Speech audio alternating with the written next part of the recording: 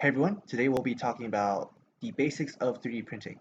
We'll go over how a 3D printer works, how to design with 3D printing in mind, as well as how to get from your model through a slicer to your actual 3D printer.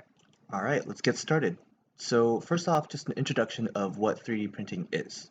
3D printing is a rapid prototyping technology that uses additive manufacturing to create an object from a 3D model file. So the difference between additive manufacturing and subtractive manufacturing is that with subtractive manufacturing, you usually have to plan out your cuts on a case-by-case basis, whereas in 3D printing, you can give the machine a file and it will figure out how to manufacture it itself. The nature of 3D printing also makes it so that some designs that you can't make with subtractive manufacturing is possible with this technology. The way our 3D printers work is a technology called fused deposition modeling, or FDM for short. These printers work very similar to a hot glue gun. In fact, it's almost exactly like a hot glue gun. You have a thin plastic wire, which we call filament, that you feed through a hot nozzle. The melted plastic is then dispensed onto the bed and rapidly cooled. The printer can then build your model layer by layer using this process. Here's an example of one design that's possible only with 3D printing. So as you can see in this fidget spinner design, there is this little mechanism that is sort of embedded within itself. In the way that the part is printed, the inner bearing portions are sort of trapped inside the part, meaning that it's completely locked in place, but they can still move independently. All right, so now we're going to talk about some of the fundamentals of 3D printers. And first we're going to start out with the components. These are all the parts that you interact with when you're using the printer, or they're used to actually print your part. First you have the print display, which is the LCD controller you plug your SD card into, you plug a USB into to interface to the printer. This is also where you can go through the menus to select what temperature you want, or like what print you're going to start off your SD card. Next you have the extruder. Which is a motor with a geared end on it that also meshes with another gear on the other side of the filament, and combine these push the filament through to the hot end, which is the only part of the printer that actually gets to like a temperature that could hurt you. The nozzle gets up to 250 degrees Celsius. Generally we print at about 190 to 200. This is this part where the filament goes in, it melts, and then it comes out of the nozzle at like a smaller diameter, usually 0.4 millimeters. Next to that, we have the cooling fan, and these vary from printer to printer, but basically this cools the plastic as it comes out of the nozzle, so you can lay down more plastic on top of it without having to wait for it to cool on its own. This also helps you print across bridges, which we'll show you later on. Next, you have the print bed. It's usually glass. Sometimes it may be like a type of metal with some special coating on it, but our printers at the Startup Center all have glass beds with glue stick to hold the print down. And then you have the filament off to the side, which is being fed up into the extruder.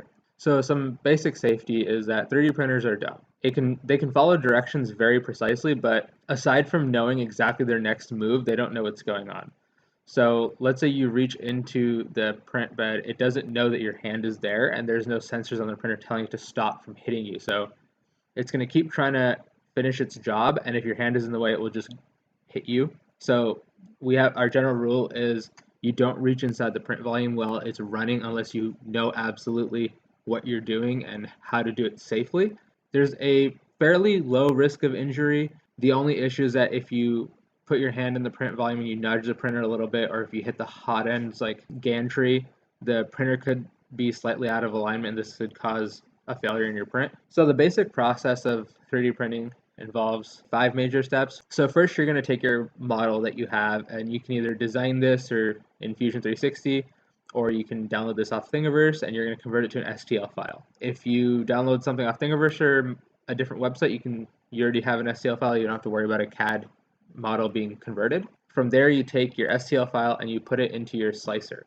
And what this does is it's going to cut the object into a bunch of layers that can be completed like one at a time and then stacked on top of each other to make your final project. After that, you send these created layers, which are saved as a G-code file, to your 3D printer. The printer will go through this code line by line, and each line is to tell the printer a different statement that it needs to do. So like the first one is home to 000. The second statement would be heat the nozzle, followed by a first move where the print head is going to start before it extrudes. Once the printer completes all of these statements, you'll have your final part, and from there you can either keep it as is or you can finish it by sanding, painting, or any other method that you want to. There's a lot on the internet you can research if you don't like the print lines. So a slicer is the program that takes your 3D model file and converts it into the layers that your 3D printer can read. There's a whole bunch of different slicers out there, from free open source versions to professional premium ones. In our case, we're going to be using a free slicer called Cura from Ultimaker. So there's a couple of key factors that you need to consider when you're slicing, and we're going to go over all these in detail, but real quick, they are the layer height, the shelf thickness, the infill, whether you need supports or not, and bed adhesion. So these settings affect both the resolution of your print and the quality, while others are here to prevent your print from failing. So the first setting is layer height. This setting is probably the most noticeable in terms of controlling the resolution of your prints. So the smaller the layer height, the more detailed your print is going to be. As you can see in the picture, it goes from 0.05 millimeters all the way up to 0.25, and you can start to see just how fine these lines can get. However, this comes at a trade-off. The smaller your layer height is, the longer it's going to take to print. So when you're prototyping, you have to consider just exactly how much detail your part actually needs. FDM printers can print anywhere between 0.05 millimeters to up to 0.35 millimeters. And this is for a 0.4 millimeter nozzle. Typically for our printers, we stick to a resolution of 0.2 millimeters. This is usually a good balance between print speed and print resolution. The next setting is shelf thickness. This determines how many outer walls your part will have. This shelf thickness is a main part of what gives your print strength. So here on the bottom you can see 3 examples. So you start with one wall, and those are generally very flexible, very flimsy. Then you can see 3 walls, which usually gives you a pretty good amount of strength. And that combined with the infill, which we'll talk about later, is usually enough for most prints. And then you can see 5 walls. 5 walls are much thicker, of course, and gives you a lot of strength. If you go up to 5 walls, you might not even need infill. The amount of strength that your part needs depends on the use case of your print. So if your print is going to be put under a massive load, then you're going to want probably around 5 to 10 layers on each side. However, if your print is aesthetic and it only needs to hold up the weight of itself, then 2 to 4 layers is usually plenty. Infill is the other factor that determines the strength of your part. The nature of 3D printing allows you to print these hollow structures inside your part that can be just as strong as if it was solid. This not only saves on weight, but it also saves on printing time as well. So there's a lot of different infill patterns to choose from. The one we've shown here is just the default rectangular, and each of these provide different sort of material properties as well as different print times. So typically 25 to 50% infill is plenty of strength for any part, no matter how much load it's going to be under. Any more, you would start to have diminishing returns. For aesthetic parts, usually 5 to 15% infill is plenty for the strength that it needs.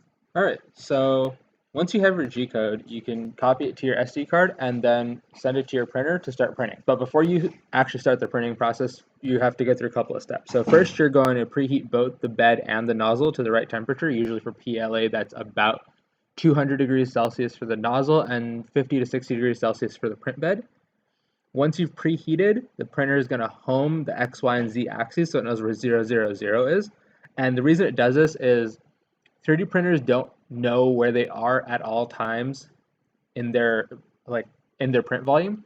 They move in reference to 0, 0, 0. So if you put your part 50 millimeters in the Y axis from the origin, it's going to reference from wherever it thought 0, 0, 0 is. So if you have something stuck in your printer and it homes prematurely, let's say like 25 millimeters into from 0, 0, 0 in the y-axis, what's going to happen is from there it's going to move 50 more millimeters. So it has no reference for where it is in the print volume except for from its home.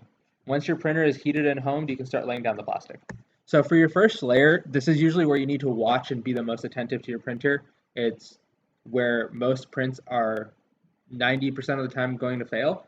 So the first layer is key to adhesion to the print bed, as well as making sure your print bed is leveled. And so you can see on the right, we have 3 variations of print height for the first layer. We have on the left is too high, and you can tell since you can see gaps through the filament layers and see the print bed below. On the right, you have too low, and you can tell this is too low because it looks transparent and you can't really see the filament. And in the middle, you can tell it's perfect since it looks like a consistent layer of plastic. Even the most well-calibrated printers can fail, even if you have the wrong slicer settings or if you don't level your print bed properly before the print starts. A couple of things you have to keep in mind are warping and supports. So warping is what happens when you have a hot layer of plastic laid down and this starts to cool and contract due to thermal contraction, and then you put another hot layer of plastic on top that's expanded. Now, as the top layer cools and contracts on top of the bottom layer goes into compression and pulls the bottom layer with the top layer. This is what usually causes bending, and it causes warping off the print bed, or if this happens later in the print, like near the middle, it'll cause delamination between the layers. So to also deal with warping, you can change various settings about your bed adhesion. Slicers usually have 3 options that help you ensure that your print is stuck to the bed. The first is the least proactive measurement of keeping your print stuck to the bed. You have the skirt. This basically just prints a little line around your part so you can check that your print bed is level on the little bit that doesn't actually matter to your final print. The second is a brim. This is just a large flat area that is just extended out from the ends of your part to increase surface area. So if you have something that has sharp corners or a small surface area, you can use a brim to increase the surface area and prevent the warping on your part. If any warping does occur, it'll happen on your brim. And the last is a raft. So a raft is like a thick layer below the first layer of a print. People use this for if they have damaged print beds, if their print bed isn't level at all, or if they have some gouge in the print bed and they don't want to risk like ruining that first layer quality, they'll print a raft. So what this does, it prints like 4 or 5 layers of buildup of material, kind of like support material, which we'll talk about later. And then this makes a nice level platform relative to your print that your print can then go start on top of. So 3D printers can't print in midair. However, we can work around that by using support material, which is a removable part that supports your print. So to tell if your print needs support, you can usually use the preview G code or the layer view option in your slicer after you slice or even before to make sure that none of the paths begin or end in midair. However, supports not only use extra material, it also usually leaves a slightly rougher finish on the underside. So you want to design your part to minimize the need for support if you can. So to minimize support, there are a couple of different methods. So this can be both done during the design process as well as during your slicing process. So while you're designing, you need to understand the 3D printer's limits and capabilities and design your part with those considerations. When you're slicing, you can think about the orientation of your part and basically how it's going to be printed. And you can change it to minimize the need for supports. So you can take your part and you can change the orientation of how it's going to be printed. You can see here with these two examples of this mask, if you print it straight up and down, it needs a whole lot of supports in a bunch of different places.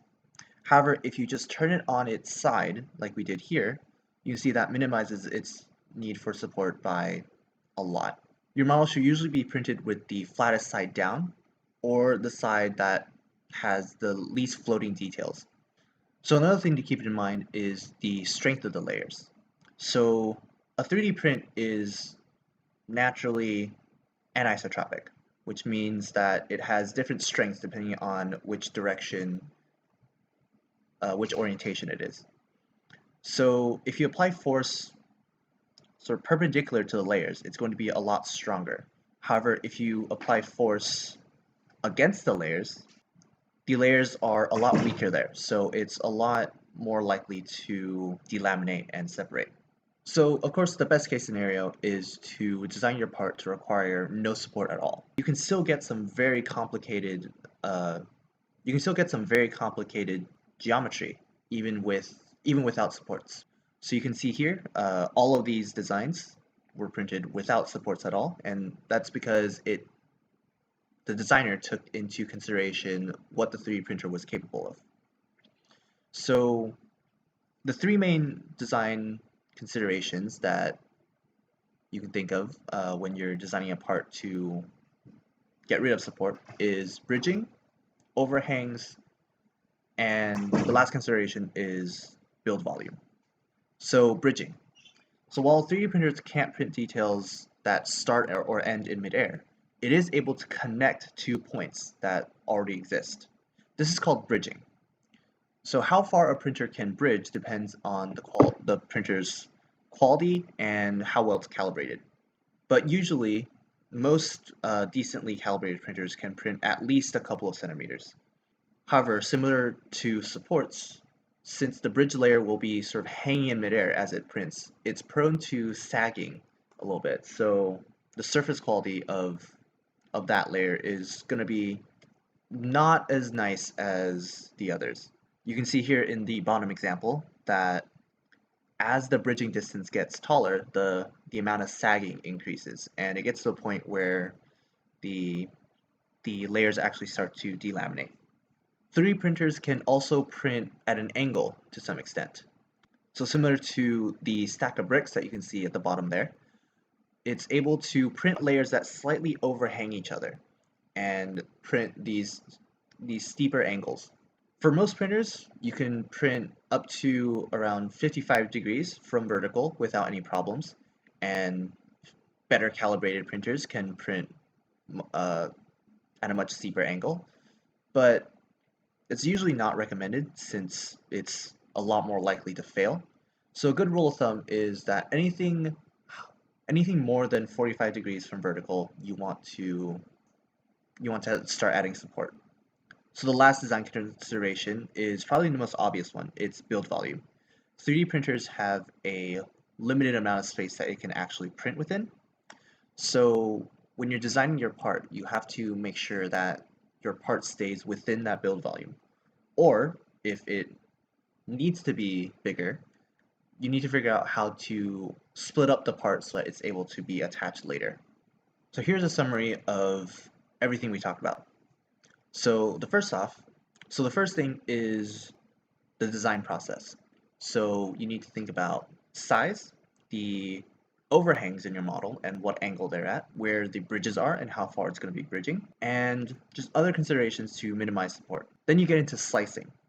When you're slicing, you need to think about how much support you actually need, the print orientation to minimize support and increase strength, the layer height to determine the resolution and quality of your print, the infills and shells to determine the strength of your print, and what type of bed adhesion you need, how much surface area your model has while it's printing and whether or not it needs more. And then you go into printing. So before you print, you have to make sure that you clean the bed so that it gets proper adhesion. Make sure to preheat the nozzle and the bed. You have to level the print bed and make sure to watch that first layer to make sure it doesn't fail. And then the fourth part is dealing with failures. So the three most common forms of failure is warping, a clogged nozzle, and bad bed adhesion. So you'll need to figure out how to deal with all those. Alright, so here we are in Cura, which is a slicer we use for our printer.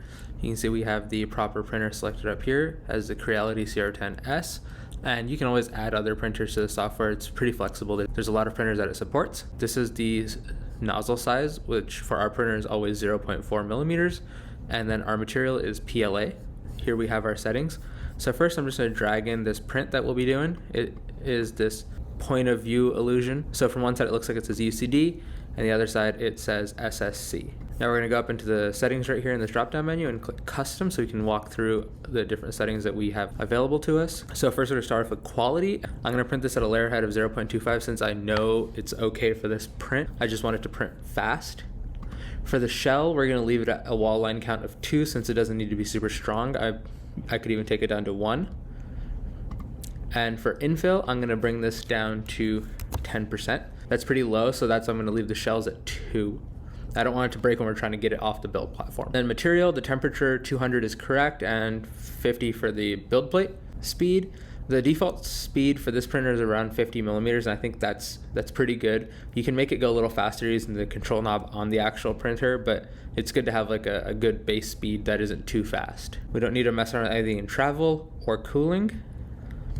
And then this model does need support, so I'm going to go ahead and generate support and hit everywhere and make the angle 50 degrees, since I know that's what our printer is calibrated well enough to do. And we don't need any adhesion for this print on the build plate, so I'm going to leave it at skirt so we can just watch the outer perimeter. And then I could ignore dual extrusion since our printer doesn't support that. Now I can go ahead and close this and hit slice. Now it'll generate all of the layers, and we can press preview. So from here I can see what each layer is going to look like, so I can go through it using this right slider, and then I can use the bottom slider to see what that individual layer is going to look like by pressing play. Yeah, so once you confirm that all the layers look good and doesn't look like anything's going to fail and everything's supported, you can go ahead and press save to file, put it on the SD card, and then we can go over to the printer. All right, so here we are at our printer. So what we have is we have a Creality CR10 here. I've already started preheating. So we have it set at 200 degrees on the nozzle and 60 degrees on the bed. There's some of the filament kind of leaking through already because it's already starting to melt. And what we'll typically do is we'll come in with a pair of tweezers before we start printing and just kind of grab it. Make sure that nozzle is fairly clean. Again, you don't want to touch this because it's very hot. It's at 200 degrees. So yeah, so now it's ready. We have the G-code file loaded on the SD card. That's right there. And we can start printing. So we'll just go to print from SD card. And this is our file. So what it's going to do, you don't have to preheat the file beforehand. What it'll do is it will go through the process of heating up and homing, which is what it's doing right now. So now it's homing, touching down there. And it says start printing.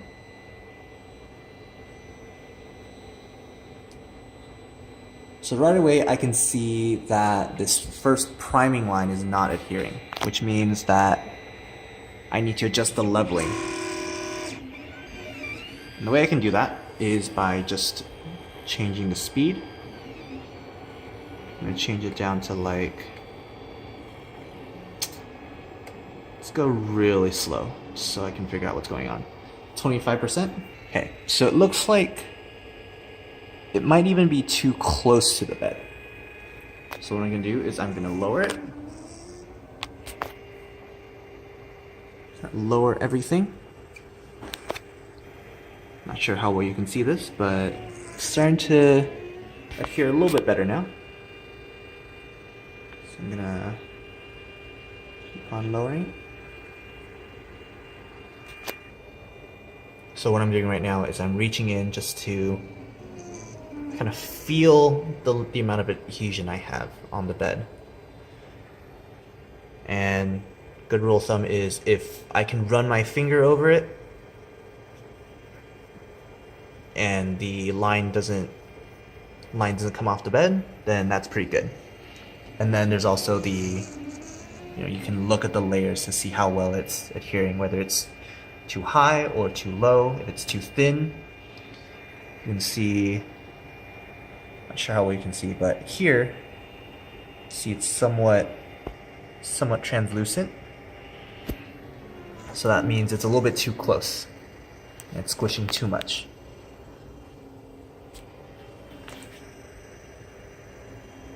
But now that looks like it's adhering pretty good now.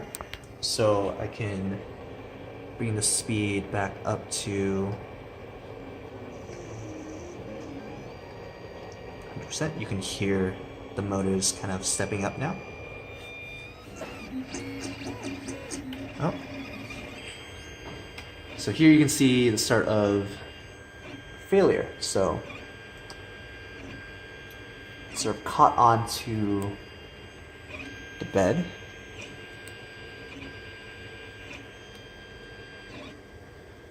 So now it's a little bit too low there. Or too high. Let's see.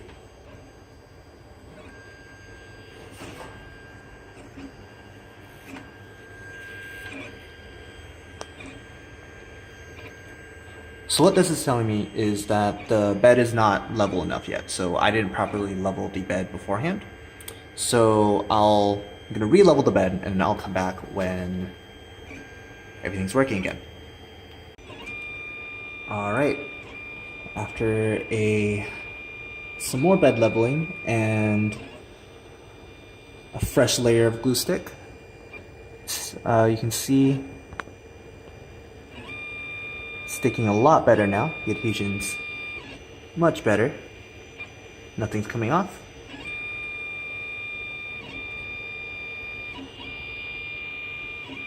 You can see all the details starting to come in.